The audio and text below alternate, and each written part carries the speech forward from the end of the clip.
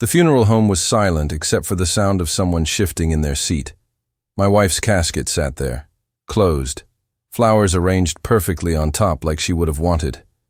Everyone was seated, waiting, and I could feel their eyes on me as I slowly stood up to say something about the woman I'd loved for 43 years.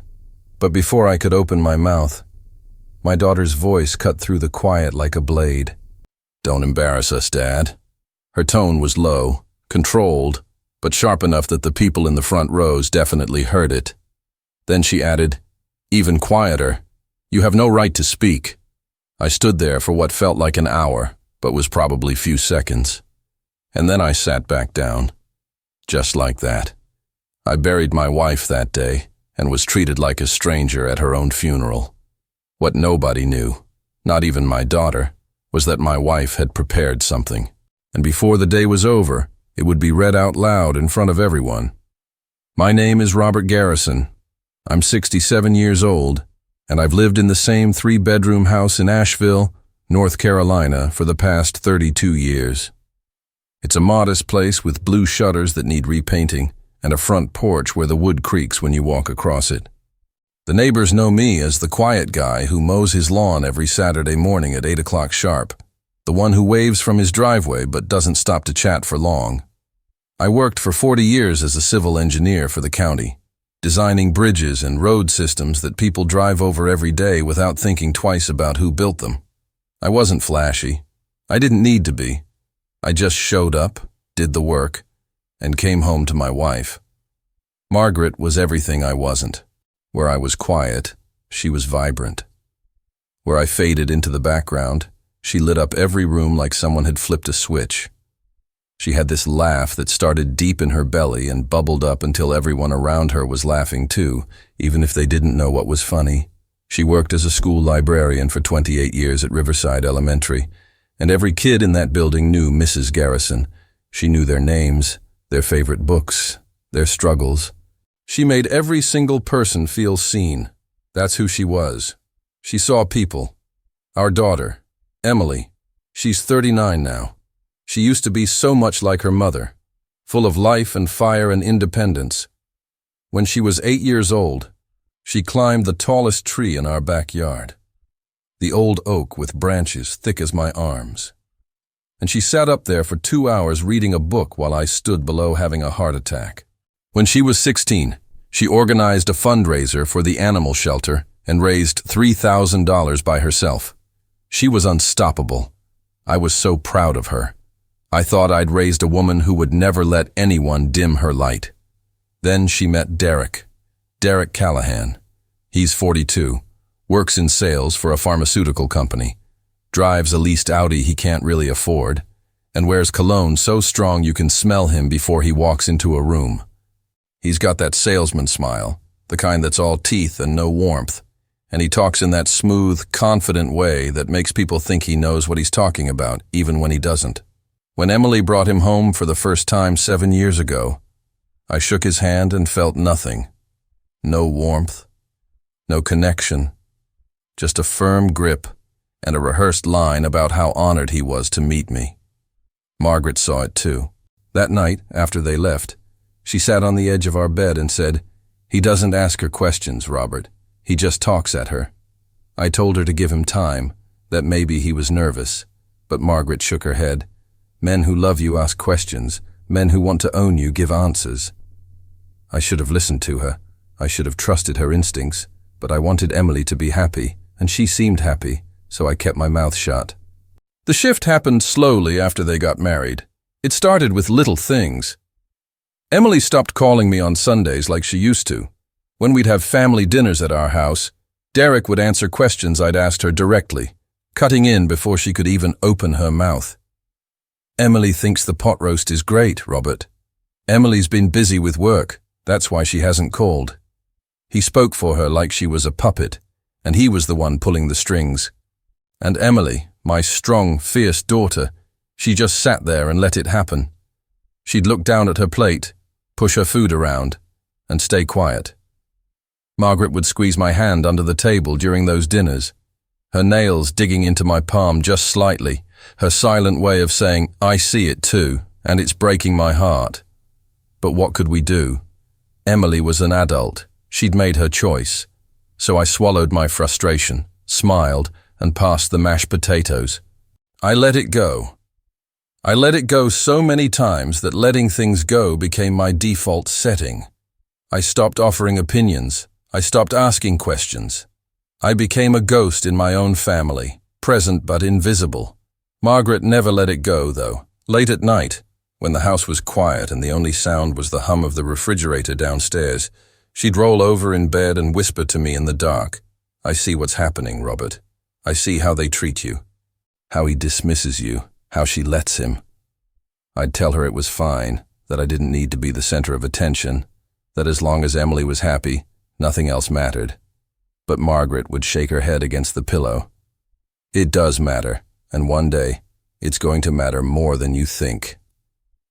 About 6 months before she got sick, before the cancer came and stole her piece by piece, Margaret did something strange.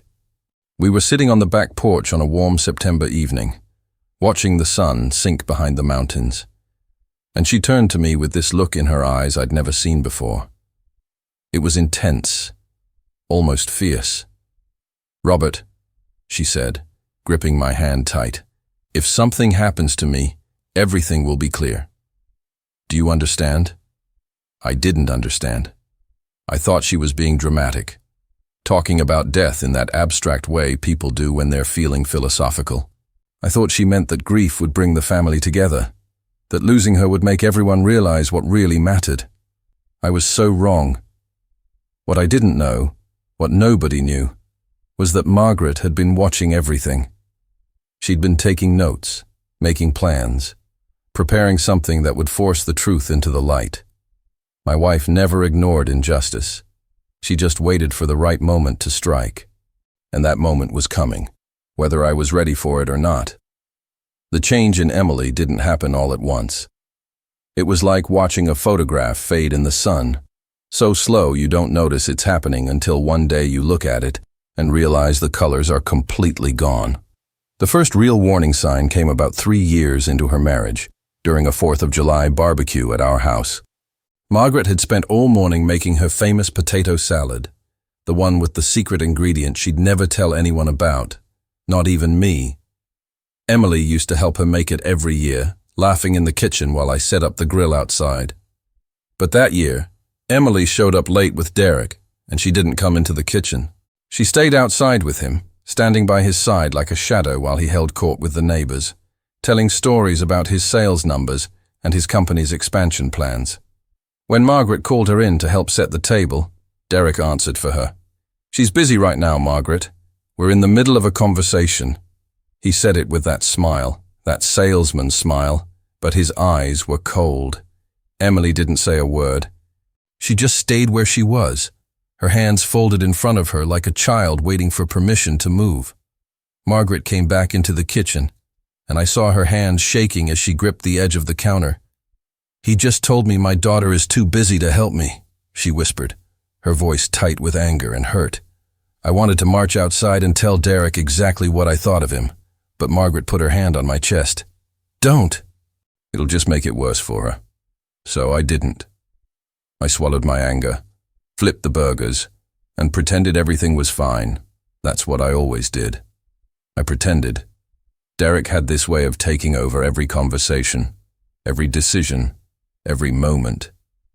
When we'd talk about family plans, like where to spend Christmas or whose birthday we'd celebrate first, Derek would interrupt with his opinion before Emily could even think. "We're doing Christmas at our place this year. Emily and I already decided." Except Emily's face would show surprise, like it was the first time she was hearing about it too. But she never corrected him. She never spoke up. She just nodded and went along with whatever he said. The worst part was watching how small she became around him. My daughter, who used to climb trees and organize fundraisers and stand up to bullies at school, she shrank. She stopped making eye contact when she talked. She stopped laughing that big, free laugh she used to have. She started asking permission for things. "Derek, is it okay if I go to Mum and Dad's on Saturday? Derek, can I buy this?" It made my stomach turn every time I heard it, but what could I say? She was a grown woman. This was her choice. Or at least, that's what I kept telling myself. Margaret didn't buy it for a second. She'd pull me aside after they left and say, "That's not love, Robert. That's control. He's erasing her piece by piece." I'd tell her she was overreacting, that every marriage has its dynamics, that we didn't know what happened behind closed doors. But deep down, I knew she was right. I could see it in Emily's eyes. The light was going out, and I was standing by watching it happen, too afraid to make waves, too worried about pushing my daughter away if I said something. Then Margaret got sick. It started with fatigue, the kind she couldn't shake no matter how much she slept. Then came the weight loss, the bruising, the night sweats. By the time we got her to the doctor, the leukemia had already spread through her blood like wildfire. They gave her 6 months, maybe a year if the treatment worked. It didn't. The chemo made her weak, stole her hair, turned her skin gray. But it didn't steal her mind. If anything, it sharpened it. She became more focused, more intentional about everything she did. During those last months, Margaret started having private conversations with people. I'd come home from the pharmacy with her medications and find her on the phone, her voice low and serious, talking to someone I couldn't identify. When I'd ask who it was, she'd just smile and say, "Old friends, honey, just tying up loose ends." She met with our family lawyer, Howard Brennan, 3 times in the span of 2 weeks. Howard had been our attorney for 20 years, handled our wills, our property documents, everything. When I asked Margaret what they were discussing, she kissed my cheek and said, "Just making sure everything's in order for when I'm gone." I didn't push. I was too focused on trying to keep her comfortable, trying to make every day count. But looking back now, I realized she was building something. She was constructing a plan, brick by brick, that would only reveal itself after she was gone. Margaret had always been 3 steps ahead of everyone else. She saw the whole chessboard while the rest of us were just moving pieces. One night, about 2 weeks before she died, Emily and Derek came to visit. Margaret was in bed, too weak to come downstairs, so they came up to see her. I stood in the hallway, just outside the door, and I heard everything. Derek barely looked at Margaret.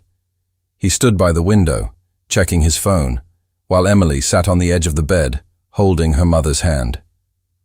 Margaret's voice was weak, but it was clear. "Emily, sweetheart, I need you to remember something.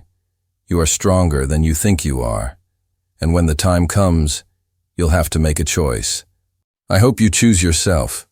Emily started crying, telling her mother not to talk like that she was going to beat this. But Margaret just shook her head. "I'm not beating this, baby, but I'm not leaving you unprotected either. There are things you don't know yet, things that are going to come to light. When they do, I need you to be brave." Derek finally looked up from his phone. "What things?" he asked, his voice sharp, suspicious. Margaret turned her head slowly to look at him, and even in her weakened state, her gaze was steel. "Things that don't concern you, Derek," she said. "This is between me and my daughter." The room went silent. Derek's jaw tightened, but he didn't say anything else. He just shoved his phone in his pocket and muttered something about getting coffee downstairs. After he left, Margaret squeezed Emily's hand.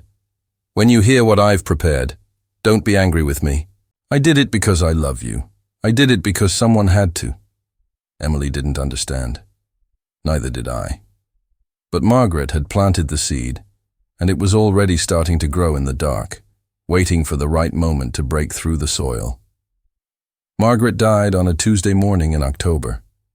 The leaves outside were turning gold and red, and the air smelled like wood smoke and rain.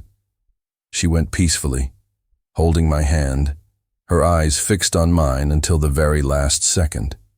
Her last words to me were, "Trust the process, Robert. Trust what I've done." I didn't know what she meant. I was too broken to ask. I just held her until her hand went cold, and then I sat there in the silence, wondering how I was supposed to live in a world without her voice in it. The funeral was scheduled for the following Saturday. Howard Brennan called me the day after Margaret died and said he needed to attend the service. Margaret left very specific instructions. He said, "I'll need to read something at the funeral. It's important, Robert." She made me promise. I told him that was fine, that whatever Margaret wanted, we'd honor. I assumed it was a letter, maybe some final words of love for the family. I had no idea I was about to witness the demolition of everything I thought I knew. Margaret had built a bomb, and the timer was already counting down. About 3 weeks before Margaret died, something strange started happening. She'd have visitors I didn't recognize. They'd come in the late afternoon when the light was soft and golden, and they'd sit with her in our bedroom for an hour, sometimes 2. I'd bring them tea, and Margaret would introduce them as old colleagues from the library or friends from her book club. But something felt off. These weren't social visits. These people came with briefcases and notepads. They spoke in low, serious tones, and when they left, Margaret would look exhausted but satisfied, like she'd just finished a difficult but important task. One of those visitors was Howard Brennan, our family lawyer. Howard was 72 years old, a tall man with silver hair and wire-rimmed glasses who'd handled every legal document Margaret and I had signed in the last 20 years. He'd drawn up our wills, managed the deed to our house, helped us set up a small trust for Emily when she was born. He was more than our lawyer. He was our friend. But when he started coming to the house every few days during Margaret's final weeks, I knew something bigger was happening. I asked him once, standing in the hallway outside our bedroom, "Howard, what's going on? What are you two working on?" He looked at me with those calm, steady eyes and said, "Robert, your wife is a brilliant woman. She's making sure her voice is heard, even after she's gone. Trust her." That was all he'd say. Margaret never told me what was in those documents. She never sat me down and explained what she was planning. Maybe she thought I'd try to talk her out of it. Maybe she knew I'd want to smooth things over, keep the peace, avoid the confrontation. She knew me too well, so she kept it to herself, working quietly in those final weeks, building something in the shadows that none of us could see. I'd catch her sometimes, late at night when she couldn't sleep, sitting up in bed with a notebook in her lap, writing in that careful, deliberate handwriting of hers. When I'd ask what she was writing, she'd close the notebook and smile. "Just letters, honey. Things I want people to know." I thought she meant goodbye letters, the kind dying people write to tell their loved ones how much they meant to them. I didn't realize she was writing a reckoning. After Margaret died, everything moved fast. Emily took over the funeral arrangements immediately, and I let her. I was too numb to make decisions, too hollowed out by grief to care about flowers or music or seating charts. Emily handled it all, and Derek was right there beside her, directing everything like he was producing a show. He decided who would speak, who would sit where, what songs would be played. He even tried to tell me what to wear. "Robert, you should wear the navy suit, not the black one. It photographs better." I didn't have the energy to argue. I just nodded and let him run the show. That's what I'd been doing for years anyway. Why stop now? The day of the funeral arrived cold and gray, the kind of October morning where the sky looks like it's pressing down on you. The chapel was packed. Margaret had touched so many lives, and it seemed like everyone she'd ever known had come to say goodbye. Former students, fellow librarians, neighbors, friends from church. The pews were filled with people wiping their eyes and clutching tissues. I sat in the front row, staring at the closed casket covered in white roses, and I felt like I was underwater. Everything was muffled and distant, like I was watching it happen to someone else. Emily sat next to me, her hand resting on my arm, but she felt far away too. Derek sat on her other side, his hand on her knee, controlling even her grief. The service began. The pastor spoke about Margaret's kindness, her generosity, her love for books and children and life. People nodded and cried. Then came the eulogies. Derek had arranged for 3 people to speak, colleagues of Margaret's who told sweet, safe stories about her work at the library. They were nice stories, but they felt incomplete, like they were only showing one side of who she was. I wanted to stand up and tell them about the Margaret I knew, the woman who stayed up all night when Emily had the flu, the woman who laughed so hard at bad jokes that she'd snort, the woman who held my hand through every hard thing we'd ever faced. But I didn't. I stayed in my seat, silent, just like I always did. That's when I noticed Howard Brennan. He was sitting in the back of the chapel, not in the family section where he usually would have sat. He was alone, dressed in a dark suit, holding a leather portfolio on his lap. He wasn't crying. He wasn't looking at the casket. He was looking at me. And when our eyes met, he gave me the smallest nod. A gesture so subtle I almost missed it. It wasn't a nod of sympathy. It was a nod of preparation. It said, "Get ready. This is about to happen." My stomach tightened. Something was coming, and I had no idea what it was. Howard wasn't there to mourn. He was there to execute. Margaret had given him a job, and he was about to do it. The bomb she'd built was armed, and the fuse had just been lit. The pastor finished his closing prayer and stepped back from the podium. There was that heavy silence that always follows a funeral service, the kind where everyone's waiting for permission to breathe again. People started shifting in their seats, reaching for their coats, preparing to file out to the cemetery for the burial. I stood up slowly, my knees stiff from sitting, and I was about to follow the casket out when I heard footsteps behind me. Steady, deliberate footsteps that didn't match the shuffling rhythm of grieving mourners. I turned around and saw Howard Brennan walking down the center aisle. He wasn't heading for the exit. He was heading for the front of the chapel, toward the podium. His leather portfolio was tucked under his arm, and his face had that expression lawyers get when they're about to deliver news that's going to change everything. Emily noticed him too. She grabbed my arm, her fingers digging in. "Dad, what's he doing?" she whispered. I didn't have an answer. I just watched as Howard stepped up to the microphone and adjusted his glasses. "Excuse me," Howard said, his voice cutting through the murmur of the crowd. "If I could have everyone's attention for just a few more minutes, please, sit back down." People stopped moving. Confused glances were exchanged.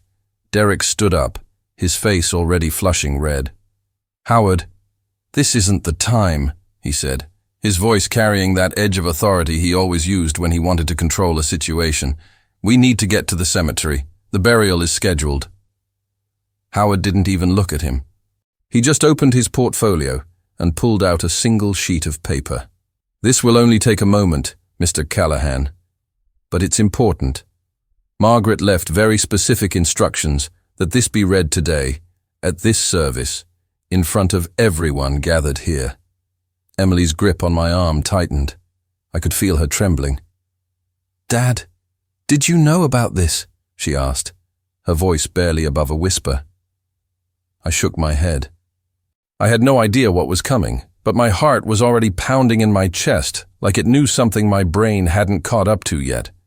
Derek sat back down, but he didn't relax.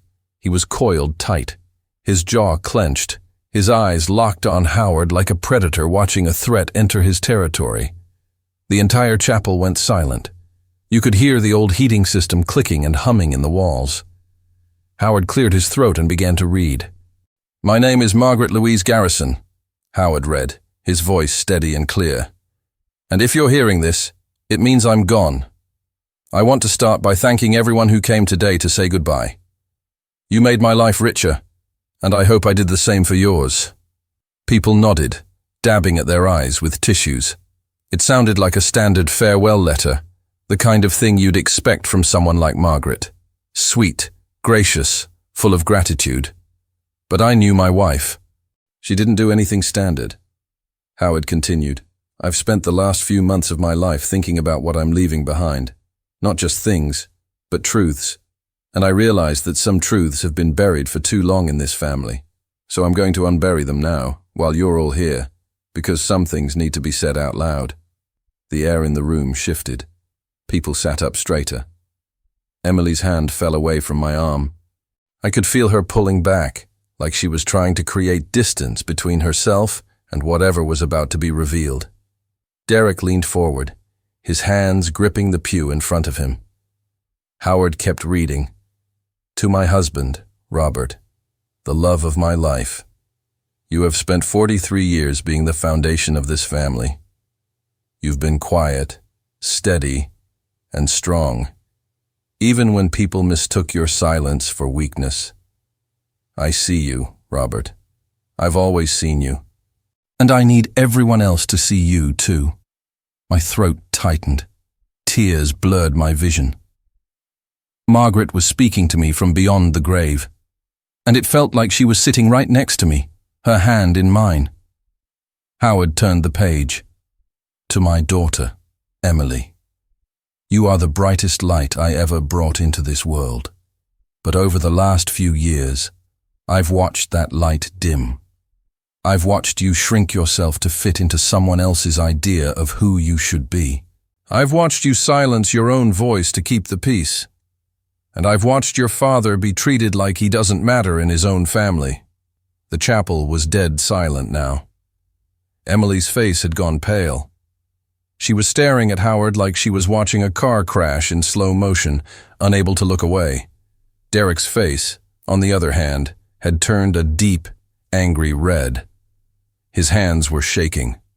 Howard continued, his voice never wavering. I need to tell you something, Emily. Your father is not weak.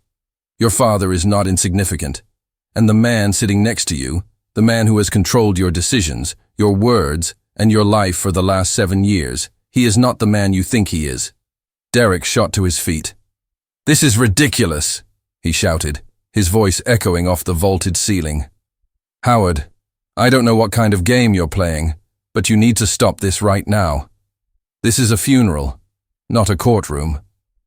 You're disrespecting Margaret's memory. Howard finally looked at him, and the expression on his face was colder than I'd ever seen. Sit down, Mr. Callahan, he said quietly, or I'll have you removed. Derek opened his mouth to argue, but something in Howard's tone made him stop. He looked around the chapel, saw all the eyes on him, and slowly, reluctantly, sat back down. His hands were clenched into fists on his lap. Howard looked back down at the letter. Emily, I need you to know that I've been watching, I've been documenting, and I've been preparing. Your father deserves to be heard. He deserves to be respected. And he deserves to know the truth about the man you married. My heart stopped. The truth about Derek. What truth? What had Margaret found? Howard turned to the final page, and his voice dropped lower, more deliberate. Derek Callahan has been lying to this family for years. He's been lying about his job, his finances, and his intentions, and I have proof. The room erupted. Gasps, whispers, shocked murmurs rippling through the pews like a wave. Emily turned to Derek, her eyes wide with confusion and fear. What is he talking about? She asked, her voice shaking. Derek didn't answer. He just sat there, frozen, his face a mask of barely controlled rage. Howard reached into his portfolio and pulled out a thick stack of documents. Margaret hired a private investigator 6 months ago, he said, holding up the papers. She wanted to know why her son-in-law was so controlling, why he kept Emily isolated from her family, why he made every decision for her. And what she found was a pattern of financial abuse, manipulation, and deceit. He set the documents on the podium. Derek Callahan is not a successful pharmaceutical sales representative. He was fired from that job 2 years ago for falsifying expense reports. He's been unemployed ever since, living off credit cards and Emily's trust fund, which he's been draining without her knowledge. Emily stood up, her whole body shaking. That's not true, she said, but her voice was weak, uncertain. She looked at Derek, waiting for him to deny it, to explain, to make it make sense. But Derek didn't say anything. He just stared at the floor, his jaw working, his hands trembling. Howard wasn't finished. Margaret also discovered that Derek has been opening credit cards in Emily's name without her permission. He's racked up over $80,000 in debt that Emily doesn't even know about. And when Margaret confronted him privately 3 weeks before she died, he threatened her. He told her that if she said anything, he'd make sure she never saw her grandson again. The chapel exploded. People were on their feet, shouting, crying, demanding answers. Emily collapsed back into the pew, her hands covering her face, her shoulders shaking with sobs. I sat there, numb, trying to process what I'd just heard. Margaret had known. She'd known everything, and she'd been protecting us, protecting Emily, even as she was dying. Howard raised his voice over the chaos. Margaret's final wish was that this information be made public, here, today, so that her daughter could finally see the truth, so that her husband could finally be heard, and so that the man who manipulated and controlled this family would be exposed for what he is. Derek finally moved. He stood up, his face twisted with fury, and pointed a shaking finger at Howard. "You have no right," he snarled. "That woman had no right to invade my privacy, to spread lies about me. This is slander. I'll sue you. I'll sue this whole family." Howard didn't flinch. He just looked at Derek with that same cold, steady gaze. "It's not slander if it's true, Mr. Callahan, and every word of this is documented, verified, and legally sound." Margaret made sure of that. He closed the portfolio. She also made sure that Emily's trust fund has been frozen as of this morning.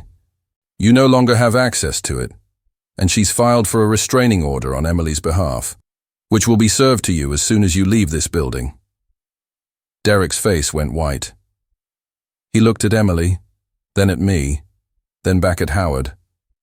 For the first time since I'd met him, he had nothing to say, no smooth talk, no excuses, no control. He was exposed, and he knew it.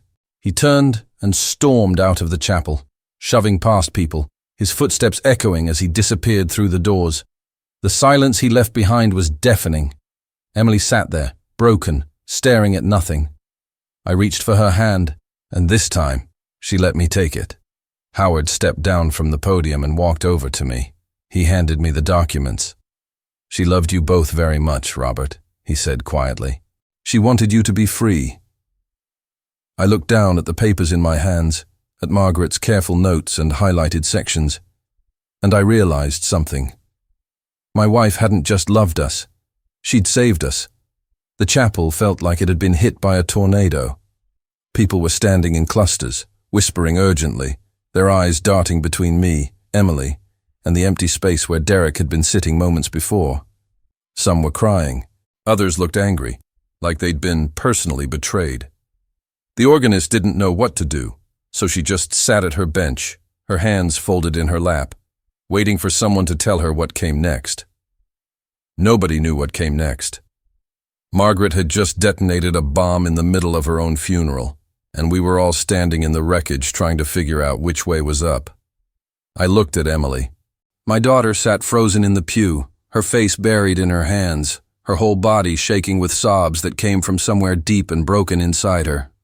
I wanted to wrap my arms around her, to tell her it was going to be okay, but I didn't know if that was true. I didn't know if anything would ever be okay again. Howard stood beside me, the stack of documents still in his hands, and he leaned in close. "Robert, there's more," he said quietly. "Margaret didn't just expose Derek. She left instructions for you, for Emily. She wanted to make sure you both understood why she did this."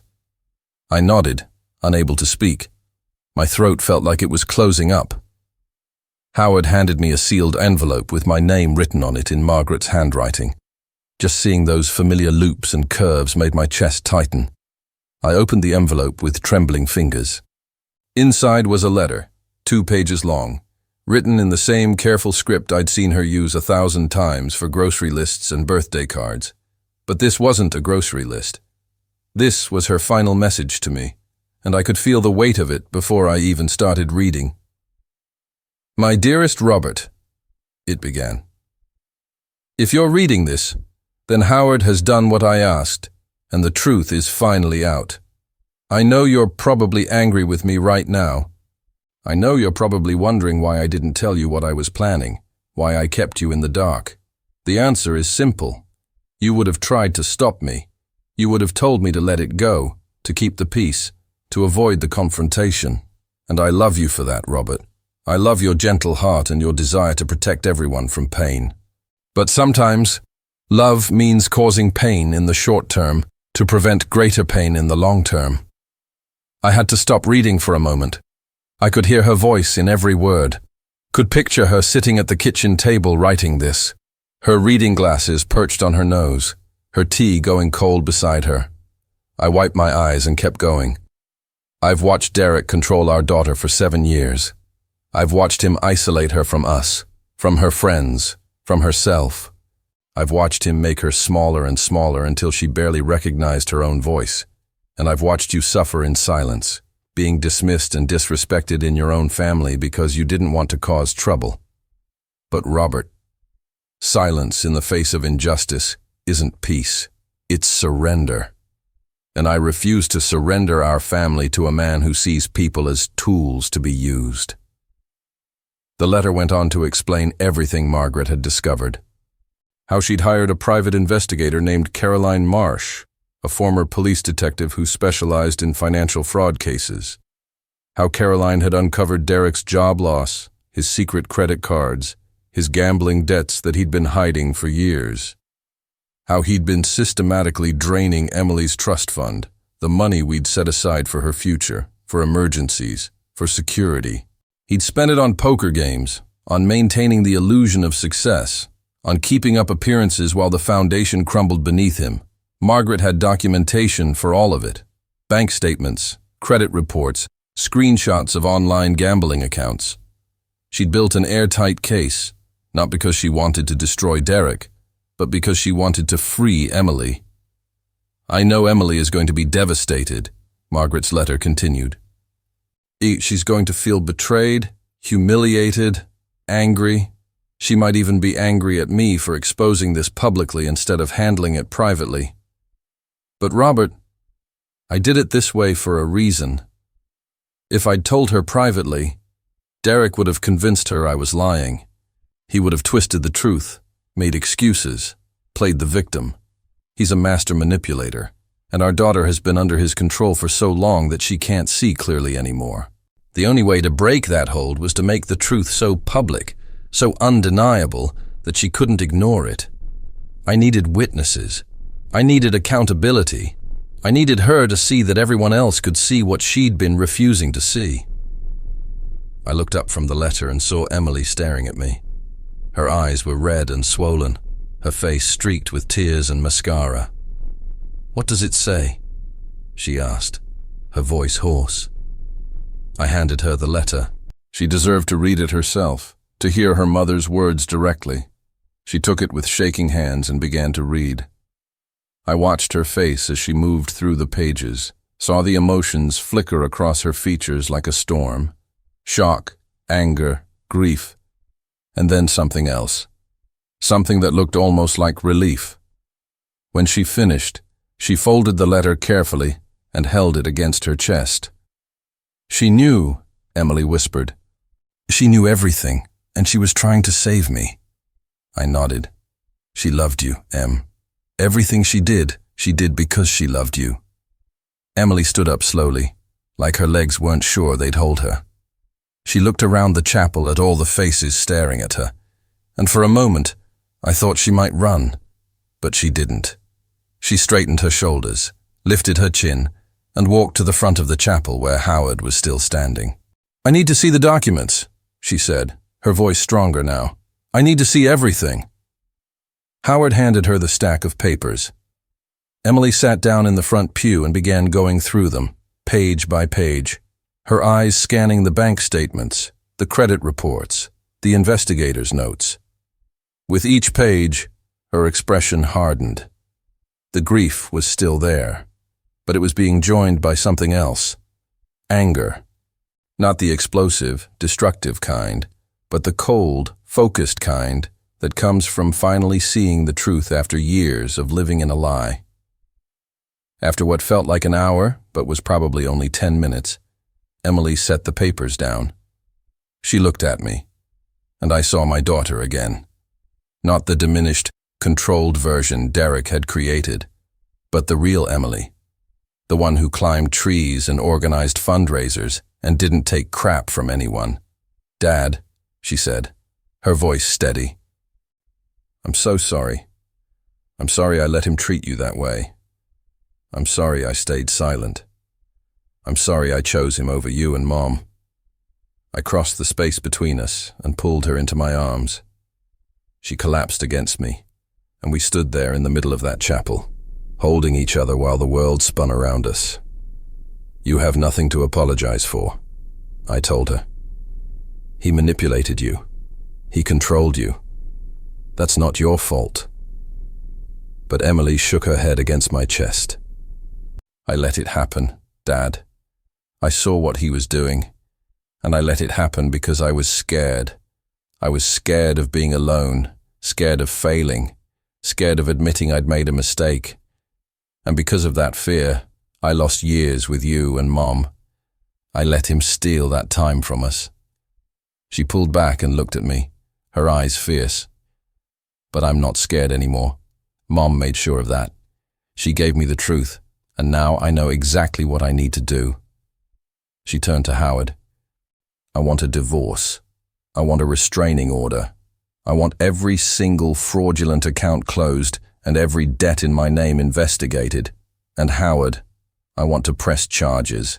If he stole from me, if he forged my signature, I want him prosecuted."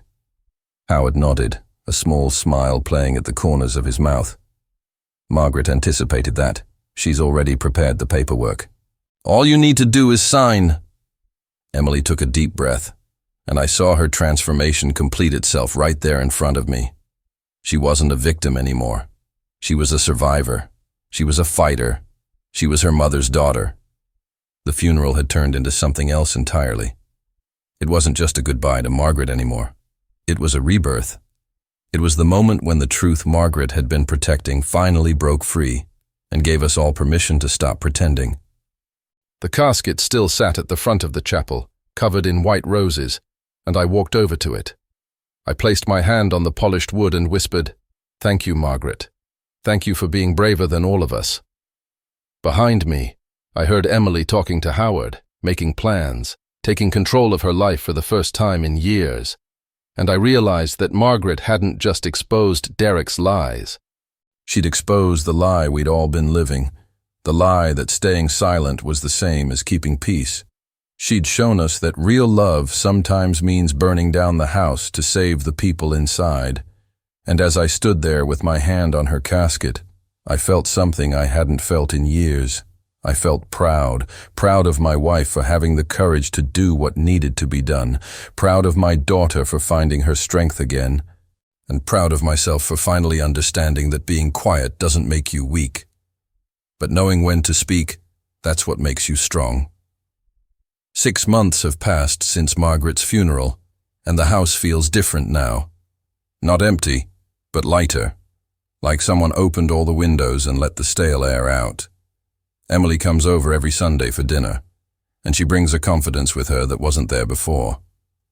She got her own apartment, a small one-bedroom place across town that she pays for with her own salary from the job she found at the public library, the same library where her mother worked for 28 years.